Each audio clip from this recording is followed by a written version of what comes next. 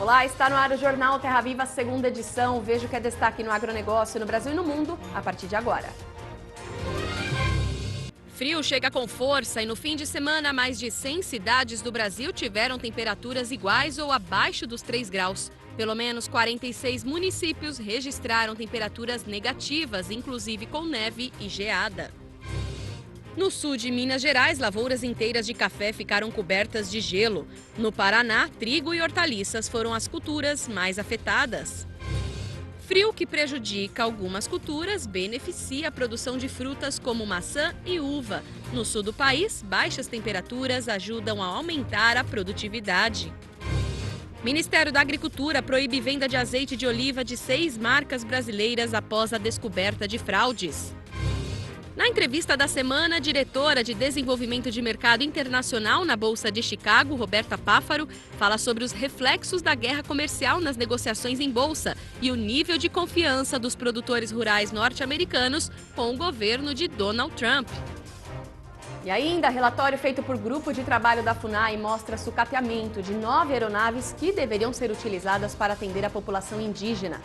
Essas e outras notícias agora no Jornal Terra Viva.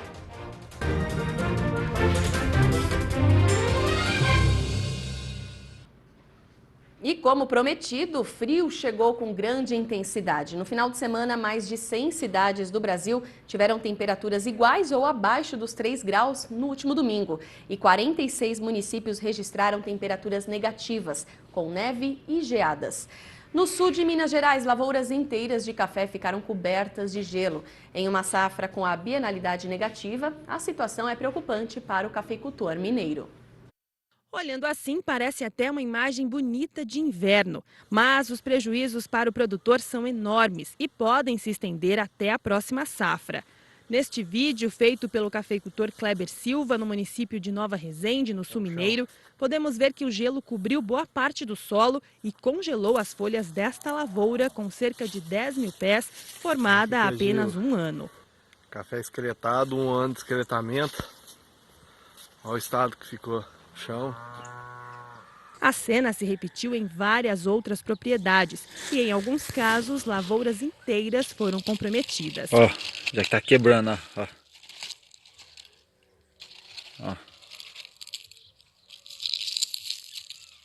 Ó o prejuízo aí, ó. Bem muito alto, a geada. A maioria das fazendas atingidas está acima dos 900 metros de altitude. Outros municípios também registraram geadas, como Cabo Verde, Monte Belo e Muzambinho. Além do café, as pastagens e a produção de hortaliças foram atingidas. Houve registro de geada também em municípios do Cerrado Mineiro. E a preocupação maior dos cafeicultores é com as próximas safras. De acordo com o gerente regional da Emater de Minas Gerais, as geadas provocam a morte de folhas e galhos, o que reduz o potencial produtivo das plantas. Realmente a preocupação agora vai se estender às safras que virão, né, no próximo ano, principalmente. Porque desse ano o efeito do frio diretamente sobre essa safra é praticamente nulo, né? Mas em relação, principalmente a essas plantas novas, essas é que vão sentir o ano que vem, principalmente pelo desfolhamento e morte de tecido da planta, a redução da produção nessas regiões que foram afetadas pela geada que ocorreu no dia de ontem. Dependendo das condições climáticas que nós teremos pela frente agora, isso pode afetar muito essa produção. Então, quando somente a formação do gelo superficial, o prejuízo é menor. No caso, como foi mostrado, há esse congelamento interior, e isso, a morte é instantânea da planta. Aguardar agora, né, para ver qual foi o efeito desse frio nas plantas, para poder, né, principalmente, se tiver um seguro agrícola, procurar as agências bancárias para poder solicitar a cobertura desse seguro. E o frio intenso também derrubou os termômetros no Paraná. No município de Cascavel, no oeste paranaense, vários locais amanheceram cobertos de gelo. A geada prejudicou produções de trigo e de hortaliças. Vamos ver na reportagem da TV Tarobá.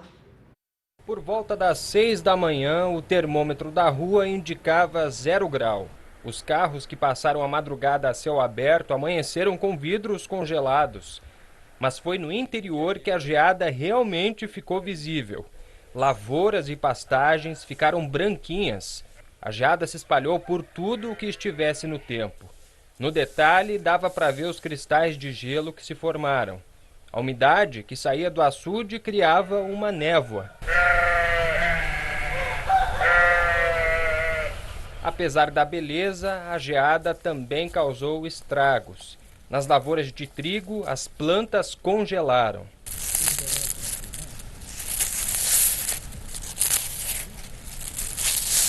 Infelizmente, né, o que os institutos estavam prevendo, temperaturas baixas, né, de -1, -2 graus, e se confirma uma formação de geadas aí eu posso classificar de média até alta intensidade, né? Segundo o Departamento de Economia Rural, 60% das lavouras de trigo estavam na fase de emborrachamento, floração e frutificação, uma etapa crítica do desenvolvimento. Nós temos que aguardar e esperar em questão de 8 dias para ver os reflexos definitivos. Na região, o trigo ocupa 165 mil hectares de terra. A previsão era de colher 500 mil toneladas, mas a expectativa pode diminuir. Prejuízo também para os produtores de hortaliças. Nessa propriedade rural aqui, que fica no distrito de Rio do Salto, as plantas amanheceram todas assim, cobertas de gelo. A produtora estima um prejuízo que passa de R$20 mil. Cleusa diz que em 8 anos nunca presenciou uma geada tão forte aqui. Não esperava que fosse tão forte. Ela deu bem mais forte que os outros anos, né? E a perca foi totalmente. Com a saída do sol, já era possível ver que algumas plantas tinham estragado. Boa parte da produção deve virar adubo, mas a produtora espera que algumas se salvem. Olha, como para mim é a primeira vez, eu ainda vou aguardar para ver, mas a perca a folhagem não recupera mais, né? Então, foi um prejuízo grande. Pois é, como vimos na reportagem, a geada cobriu de branco muitas cidades da região sul do Brasil. Em São Joaquim, na Serra Catarinense, os termômetros marcaram menos 5,7 graus, com sensação térmica de menos 11 graus. No Rio Grande do Sul, a cidade de Quaraí teve mínima de quase 5 graus negativos. E enquanto o frio vem prejudicando algumas lavouras, em outras culturas ele é bem-vindo. As baixas temperaturas aumentam a produtividade da maçã e da uva. A repórter Lizemara Prates, da Band Rio Grande do Sul, tem os detalhes dos impactos do frio nas regiões produtoras. Há quem celebre o frio rigoroso. Os produtores de maçã estão comemorando. As macieiras precisam do frio para entrarem em dormência e gerarem bons frutos nas regiões mais geladas de Santa Catarina e do Rio Grande do Sul. E a mesma regra vale para a uva. Os fruticultores esperam que o frio permaneça forte agora em julho e agosto, trazendo uma boa safra no início do próximo ano.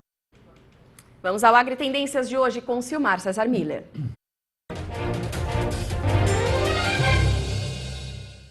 Silmar já está aqui ao meu lado. Bom, Silmar, o clima frio aqui no Brasil chegou a influenciar as cotações do café no mercado internacional, mas acabou perdendo força. Como foi? Olha, o susto foi grande hoje em várias culturas aqui, com exceção disso que a Lizimara comentou, que o pessoal da maçã, por exemplo, estava esperando ardentemente pelas geadas aqui, que estão atrasadas esse ano. E isso é fundamental para o desenvolvimento das plantas a partir de agora. Agora, o susto foi grande em outras culturas. Nós tivemos aí relatos de impacto de geadas, formação de geadas no café, na cana-de-açúcar, no trigo, dependendo do estágio de desenvolvimento, principalmente no Paraná, que está num estágio mais avançado, do milho safrinha também, e particularmente do feijão aqui, que tem perdas bastante importantes já sendo relatadas. Ainda é cedo para uma avaliação, porque demora alguns dias aí para se sentir o impacto geral nas lavouras em termos de perdas efetivas. O caso do café é bem ilustrativo dessa oscilação aqui de possibilidades, por exemplo. Os preços do café abriram o dia aqui com fortes altas nas bolsas de Nova York e de Londres também, diante das notícias de geadas, porque é uma fase crítica agora das plantações que podem ter um impacto bastante grande aqui, um frio intenso dessa natureza. Mas ao longo do dia as cotações foram revertendo para o terreno negativo, chegaram a fechar com uma queda bastante expressiva de mais de 4% no caso do café arábica, negociado na Bolsa de Nova York, perdas importantes também no café robusta, negociado na Bolsa de Londres. Por quê? Porque os relatos posteriores diziam que as perdas foram localizadas, as geadas foram de fraca intensidade nas regiões mais importantes, limitadas às regiões mais altas, e, portanto, aí os prejuízos seriam diluídos, portanto, na safra inteira aqui que está sendo colhida no Brasil. Na verdade, o impacto na safra em andamento, que está assim caminhando para o final da colheita, é relativamente pequeno. Mas existe preocupação, sim, com a próxima safra, conforme a gente viu aqui no programa, porque essa, sim, pode ser bastante afetada. Como a safra do ano que vem, que seria afetada, é uma safra de bienalidade positiva, ou seja, uma safra grande, o impacto pode ser limitado exatamente pelo tamanho da safra seguinte, que não seria o caso da safra desse ano. O fato é que a leitura do mercado, que é muito cedo ainda para esse tipo de impacto, afetar preços, por exemplo, que aí a situação final do dia foi de perdas expressivas nas bolsas internacionais, no caso do café, a cultura aqui, que teve mais impacto em termos de mercado. Agora, pelo menos, essa notícia de geadas, que já vem desde a semana passada, a tendência de geadas no final dessa semana, provocaram uma boa alta dos preços internacionais, com impacto também importante aqui nos preços internos, e permitindo pelo menos bons negócios aqui por exportadores e também pelos produtores, antecipando vendas aí que de outra forma não teriam saído. Portanto, tem um impacto positivo aqui e a gente torce para que não haja o outro lado dessa situação, que é perdas efetivas nas lavouras. Por enquanto, alta de preço, muito bem-vinda. Tá certo. Obrigada, Silmar. E a terça-feira será de sol em boa parte do país, mas não está descartada a nova possibilidade de geada em áreas mais elevadas. Vamos acompanhar os detalhes com Amanda Souza, da Somar Meteorologia.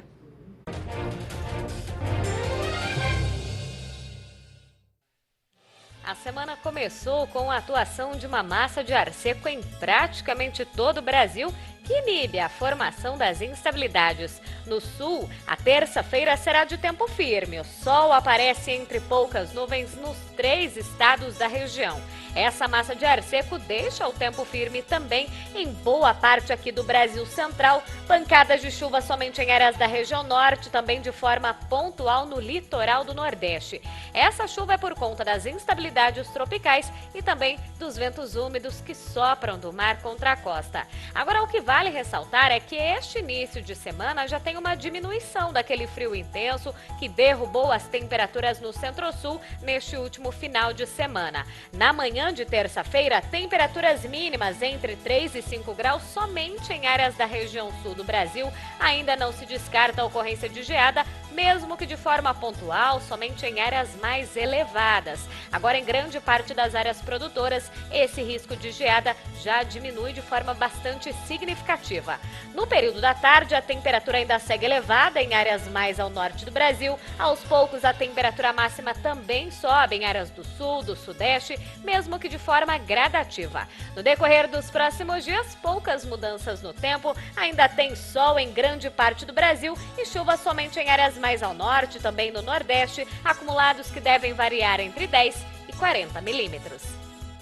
E a seguir, relatório feito por grupo de trabalho da FUNAI mostra sucateamento de 9 aeronaves que deveriam ser utilizadas para atender a população indígena.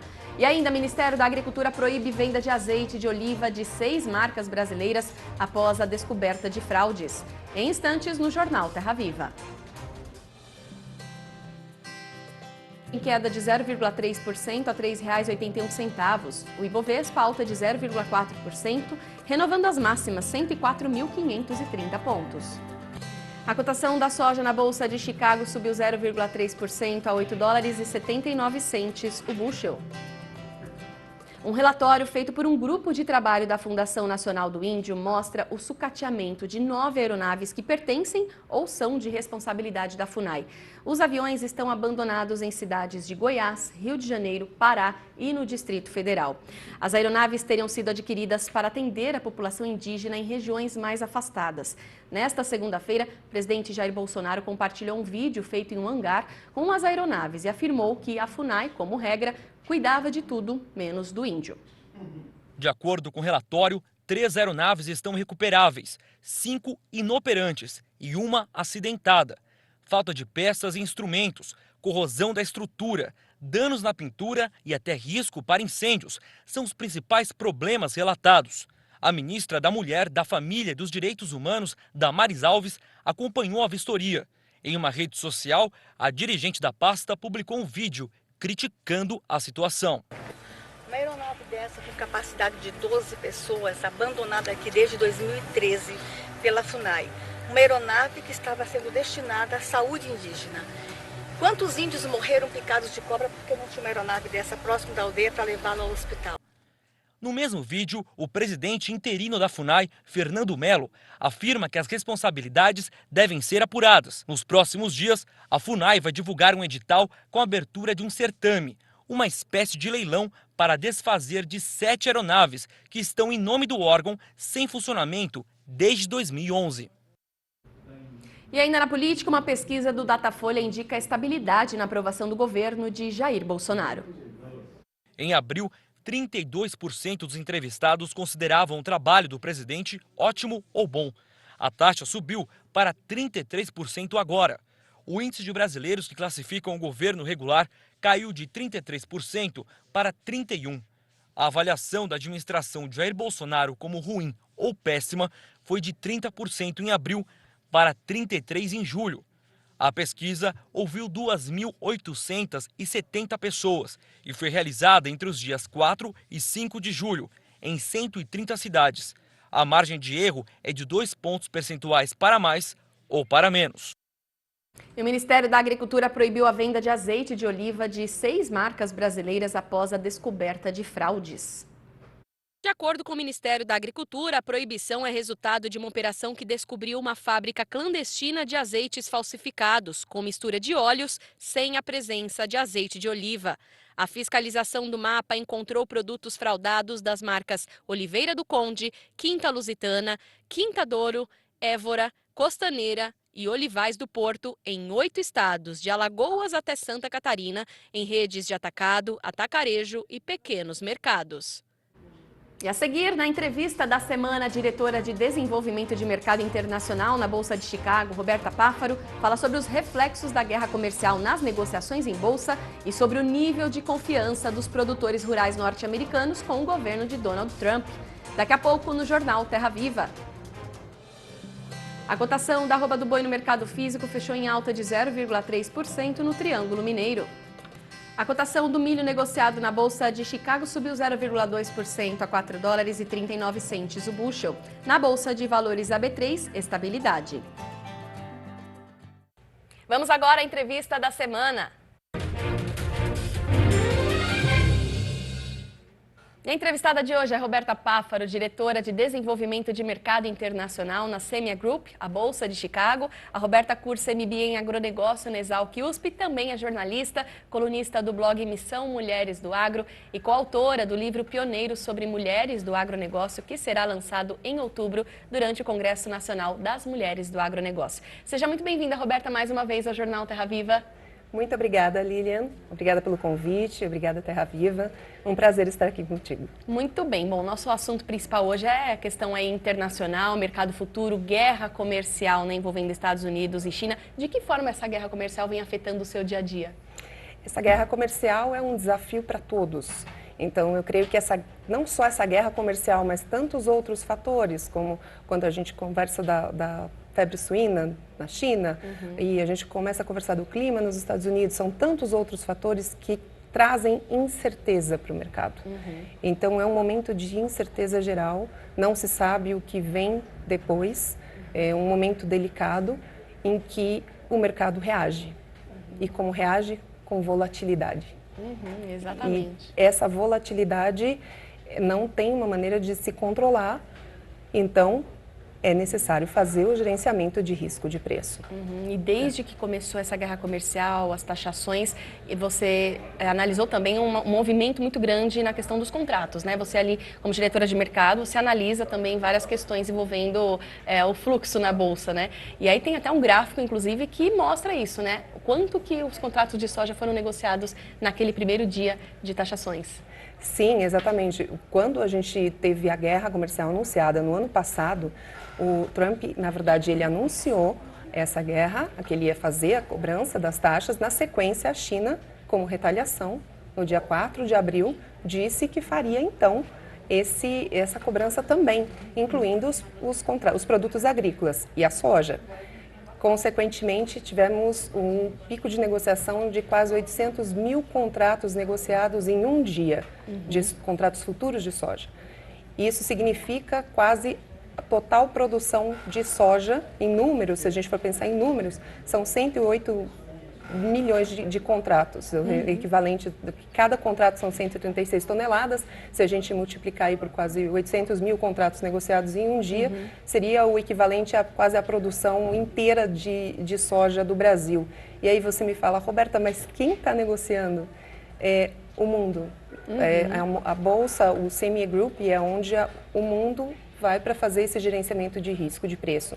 Tanto os compradores de soja, a agroindústria, quanto os produtores e, de uma maneira geral, o mercado que também atua para poder ter algum benefício dessa oscilação, dessa volatilidade nos preços. Bom, e a gente vem vivendo aí um momento nos Estados Unidos em que os produtores estão com muita cautela em relação ao que vai acontecer na produção, né? O clima veio prejudicando demais. E aí a gente tem também uma agravante a questão das eleições, né? Esse ano do Trump. E aí você trouxe pra gente uns gráficos que mostram uma pesquisa bem interessante que eu queria que você explicasse um pouquinho pra gente. Como está a confiança do produtor em relação ao governo norte-americano, né? Sem dúvida. Essa é uma pesquisa, na verdade, que ela é realizada com cerca de 400 produtores nos Estados Unidos. Ela é feita em parceria com o CME Group e a Universidade de Purdue. E eles fazem, desde 2015, eles começaram essa pesquisa para mostrar a confiança do produtor no governo. Então, se a gente olhar esse próprio gráfico, a gente vai checar que está caindo constantemente essa confiança na agricultura, na economia, nas atividades da economia envolvendo a agricultura no país. Então, agora, esse foi feito em maio, essa pesquisa, então esse relatório saiu em junho, agora temos um próximo em julho. Então, consequentemente, a gente acompanha que essa confiança do produtor está caindo cada vez mais, devido às condições, análise das condições da agricultura e também com relação às expectativas com o futuro. Então, a gente vê o verdinho, o ponto verde significa essa expectativa com relação ao futuro, com as medidas econômicas voltadas para a agricultura, e um pouquinho o marrom mais claro seria as condições de uma maneira geral da economia. Vamos pedir então o próximo gráfico que nós temos também, mostrando ainda em relação a essa pesquisa, questão de maquinários, né? Exatamente, essa é com relação em maquinários, investimentos, infraestrutura, até porque a gente sabe que nos Estados Unidos eles têm uma infraestrutura muito boa para armazenamento, então eles têm os silos, eles têm essa infraestrutura, só que eles não estão investindo, como a gente pode ver. Chegou a 37, está em queda, constante queda. Começou lá em 2016 a 52, quando a gente fala desse índice, né, que a gente faz esse parâmetro desses 400 entrevistados. Então, está caindo constantemente e agora chegou a 37. Então, realmente, eles estão confiando menos, investindo menos, para aumentar essa produtividade. Quem quiser acompanhar essa pesquisa, dá para se atualizar também, né? Você disse que ela tem uma periodicidade aí de atualização e dá para quem está em casa acompanhar também isso. Quanto tempo, como que faz? Exatamente, ela é divulgada mensalmente no site do CME Group. Então, você pode acessar o site do CME Group, /Ag Barometer. A gente coloca para vocês aí depois mais informação, mas agora, em julho, já temos uma nova pesquisa e é interessante acompanhar isso justamente para checar essa confiança e as consequências dessa guerra comercial. Tá ótimo, então, Roberta, muito obrigada pela participação aqui no Jornal Terra Viva. Em breve você volta com outras informações para a gente também. Muito obrigada, Lilian. Obrigada a você também pela audiência e até o nosso próximo encontro.